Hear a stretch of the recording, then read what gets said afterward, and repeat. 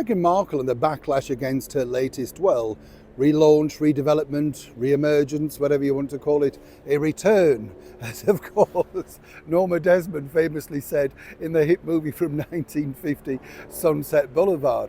But how well is the return truly being received, particularly by the people that she needs to please the most? As ever, let me explain. Hi, nice to see you. Thank you so much for joining me today.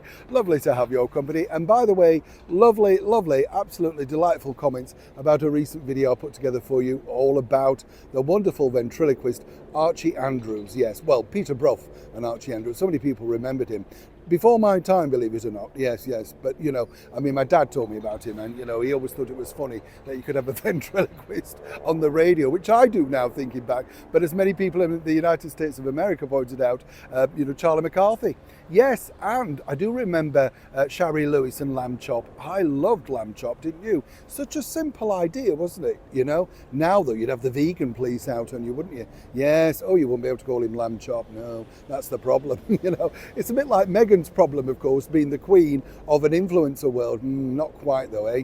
Now, here's where it gets really interesting, I find, with Meghan, because the bottom line is, you know, she doesn't counteract the stories. She doesn't want to, you know, put them in order, basically apologise, all of that sort of stuff, even though she truly should. Now, how does it work out with the people that are still paying her? You know, this is, you kind of think, how bad does this look?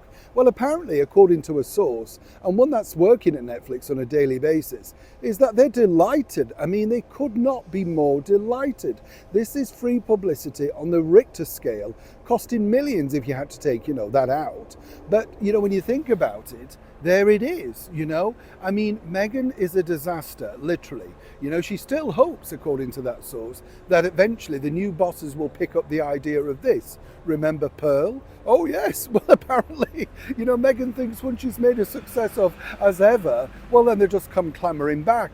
Netflix, you see, are just desperate to keep themselves in the spotlight. They know millions of people now are abandoning the BBC. Many may take up their subscription service at a lower rent, and it keeps the brand going.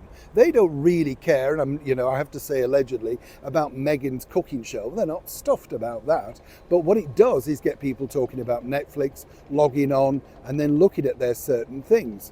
Now, the story goes that Meghan apparently, maybe as ever, making a new sort of, you know, launch video just ahead of the March the 4th thing, because she feels it doesn't now represent what she was doing. What we mean is she knows that she can't really go under that other brand.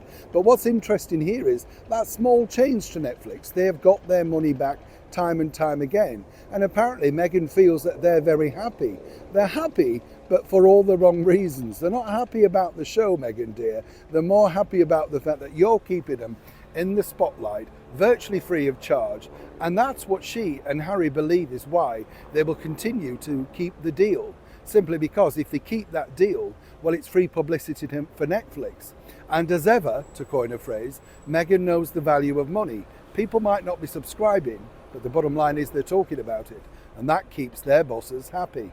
Does it keep you happy though? Neil Sean in the very heart of London.